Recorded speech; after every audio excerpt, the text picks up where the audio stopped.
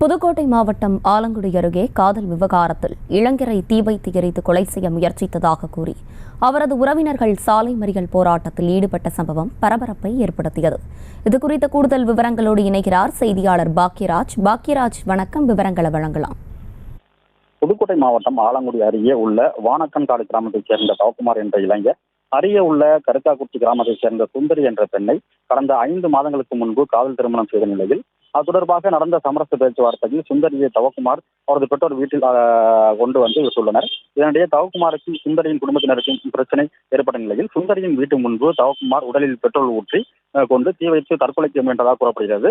இந்த நிலையில் சுந்தரியின் குடும்பத்தினர் தான் தவக்குமாரை தீ வைத்து எரித்து விட்டதாகவும் அவரை இப்போது உயிருக்கு ஆபத்தான நிலையில் மருத்துவமனைக்கு சிகிச்சை பெற்று வருவதாகவும் அதனால் பெண்ணின் குடும்பத்தினர் மீது நடவடிக்கை எடுக்க வேண்டும் என வலியுறுத்தி தவக்குமாரின் உறவினர்கள் வானக்கன்காட்டில் மறியல் போராட்டத்தில் ஈடுபட்டனர். மறியல் போராட்டத்தின் போது போலீசாருக்கும் தவக்குமாரின் உறவினருக்கும் இடையே கடும் வாக்குவாதம் ஏற்பட்டு தள்ளுமுள்ளாக மாறியது.